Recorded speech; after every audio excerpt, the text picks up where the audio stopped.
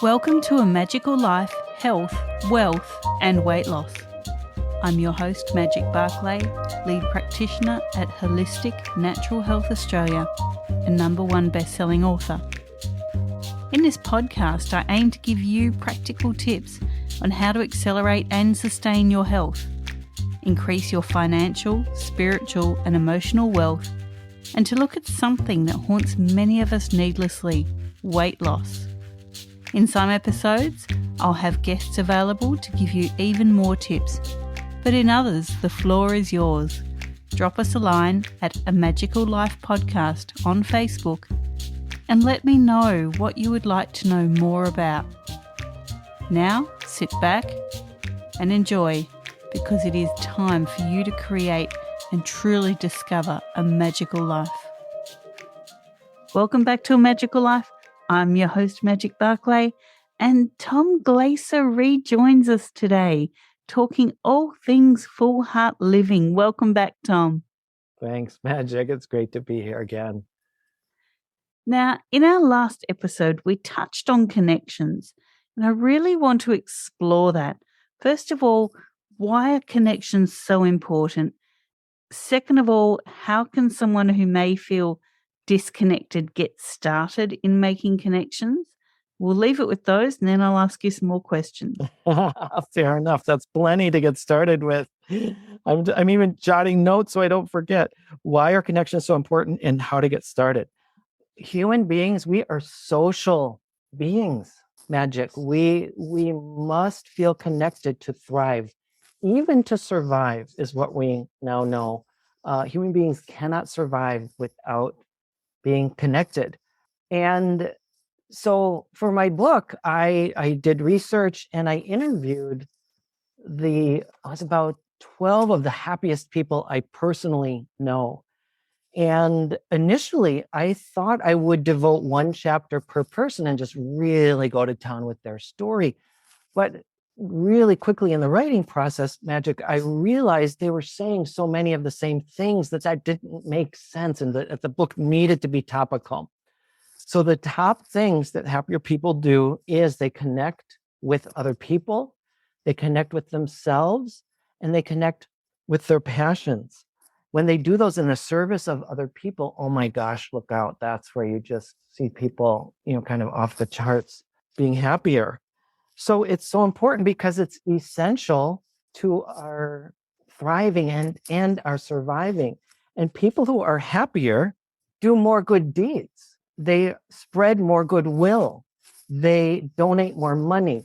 They volunteer more. They tend to be healthier. They tend to use the health systems less. There's the contagion effect. So being around happier people, for instance, that first day of filming of my mini documentaries that led to the book was one of the happiest days of my own life because I'm sitting there talking to happier people about what makes them happier. There's that contagion effect. That's why we love being around happier people, because moods can be contagious because we feel better. We feel happier when we're with happier people. So it's a win-win. It's not just, happiness isn't just a pursuit like hedonistic and just selfish for ourselves so that we feel better. Everybody wins. I feel like we raise our vibrational level and then we do less harm and we do more good deeds. I mean, everybody wins. How to get started if people are feeling not so connected? How to get started if people are feeling disconnected or unconnected? So I get this question a lot from people who claim they don't know how to meet people, say they're lonely or just feeling like they don't have enough social connections. They'll say things like, I don't know how to meet people. And I'm like, really? How did you meet people before? And they'll say things like, well, it was easier back then. I was younger. We were in school. And I ask them, Magic, to break that down. So what happened in school? And they say things like, we sat next to each other, or we met on the playground, or if it was later in life, like in college and university, we lived next to each other. So proximity. They were doing activities that led them to meet people with similar interests. And that can be recreated at later, stages of life. Again, I think I was saying in the other episode, follow your interests, do things that interest you, and you will meet people with that same interest. I think that's the simplest answer to that question. So moving on from that point, when we become so isolated as we have in the current situation in the world, With many COVID, you mean? people are meeting online or in, chat groups or Facebook pages or whatever. Mhm. And I know that online friendships can't replace in-person friendships. You don't get that mix of hormones, the release of oxytocin, and you just don't get that same buzz. In fact, it can be the opposite. It can be depressing. How do you suggest people who are isolated develop those online friendships so that they can become healthier? Well, I think for many people that is a great place to start, right? There's nothing wrong with starting there and kind of practicing. And I would say though to sort of have in mind what you just said and knowing that there is no replacement for what we call in vivo or in person connections. And so meet your neighbors, say hello to the person at the bus stop, talk to the shopkeeper as you're checking out. Start small and build. And I think intention is really important in having that clear idea that this is what I want, this is what I desire, kind of putting out into the universe that thought, I want to meet people in person. I want to have those close connections. And that kind of mindset tends to, it's not as simple as just kind of putting that out there. You also need to do the work. But when you start with a really clear intention, you're more likely to take advantage of the opportunities that will lead you to what you seek. Now, Tom, what are some things that we haven't covered that you feel the listeners might need to hear? I would just say to go into a little bit more detail. So what does it mean to be connected with other people? It means that you have people in your life who you adore and who adore you back and who you feel safe with, that you can be your true self with, people who tell you the truth about yourself, who help you become a better you. They're not afraid to tell you the truth and get you back on track when you're off track.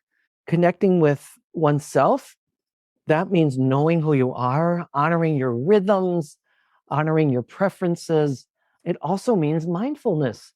So what do I mean by that? That means being in the present moment, not being so distracted by worries about what hasn't come yet or perseverating over the past, over things that maybe you regret or things that didn't go so well. Happier people are more in the present moment. And connecting with passions. What kinds of activities do you just adore? What are you drawn to? What's your bliss? Sometimes you got to go back to childhood and remember what kinds of things did you love to do then, or did you really want to do? And take some risks and experiment with some things. If these are activities that maybe you haven't done in a long time, often as we get older, more shame comes up and we become more afraid to fail. As children, we didn't feel like we needed art lessons. We just pulled out the crayons or the paints and we just went to town. So if you can bring that same spirit now, and again, when any of these things are done in the service of others, when we want to make the world a better place, when we want to volunteer, give back to others, that is, I guess I call it the holy grail of happiness, when we are both serving others and serving ourselves because we all matter.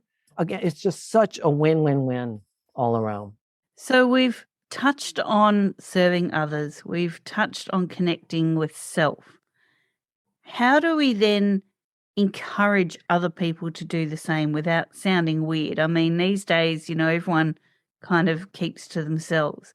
So if you're this happy, bubbly person wanting to connect, how do you not sound like a Fruit Loop when you're discussing it with other people? Well, you might find other Fruit Loops. That's the first thing that comes to mind. I mean, if people are judgmental and they're not receptive to the message, you might want to find a different audience. I mean, you could hand them a copy of my book. That would be one way, or send them to my website. Yeah, I think really finding your tribe is really important. Finding people who you are in alignment with, who have similar values and interests, that's really the best bet. Now, as someone with adult children, I have Yeah. to say my interests have completely changed, Really? but I have actually connected with a whole new group of people through them because Yeah. we share an interest. We'll do LARP, so live action role play. And Uh-huh. I'm the only 50-year-old out on the field, I've got to say.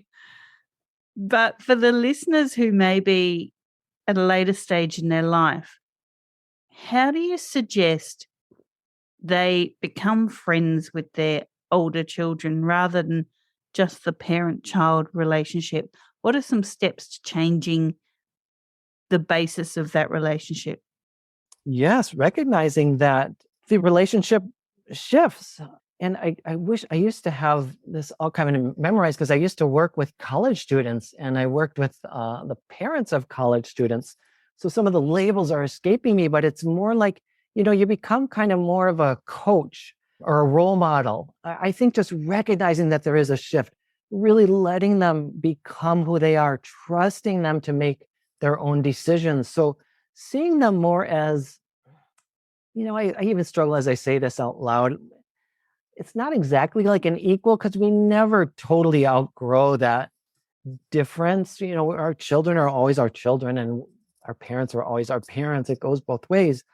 But just embracing the truth, I feel like it's really having the confidence in them to make their own decisions, knowing they will figure it out. They are going to trip up sometimes and make some mistakes. And that's what we all do. That's how we learn to walk, right?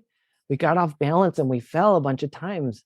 Our adult children are going to do the same things. It can be very painful to watch. Trust me, I'm a parent too of a 25-year-old now. It's hard to watch sometimes and to see him learn the lessons, Magic, in his own way and come to me, let him come to me when he needs to. Or here's another thing, being really careful with how I ask questions. So instead of asking super bluntly, I might just qualify the statement more like, is there anything you want to tell me about what's going on in your dating life? Right? So it's not intrusive. I'm not demanding. It's really giving him the option to say, no, I don't want to talk about that with you right now. But it's also letting him know I'm interested, I'm available if you want to talk to me about that. And honoring the no. When he says no, saying, okay, can you pass me the cornbread? Well said. Now, Tom, I'm going to wrap this episode up. People can find you on Facebook and Instagram at Full Heart Living, and your website is fullheartliving.com. Thank you so much for joining us. It's been a great conversation. Pleasure. Thank you, Magic. Listeners, this was your episode 183. In 184, we have Christy Fexer talking about living life on your own terms. For now, thank you so much for your time. Go forth and create your magical life. Thanks for listening today. Please subscribe to hear future episodes, leave a review, and share this podcast. You can follow us on Facebook at A Magical Life Podcast or at Holistic Natural Health Australia. That's holistic with a W. You can find us on Instagram at Holistic Natural Health or at www.holisticnaturalhealth.com.au. That's where you'll access all sorts of articles, freebies, and more.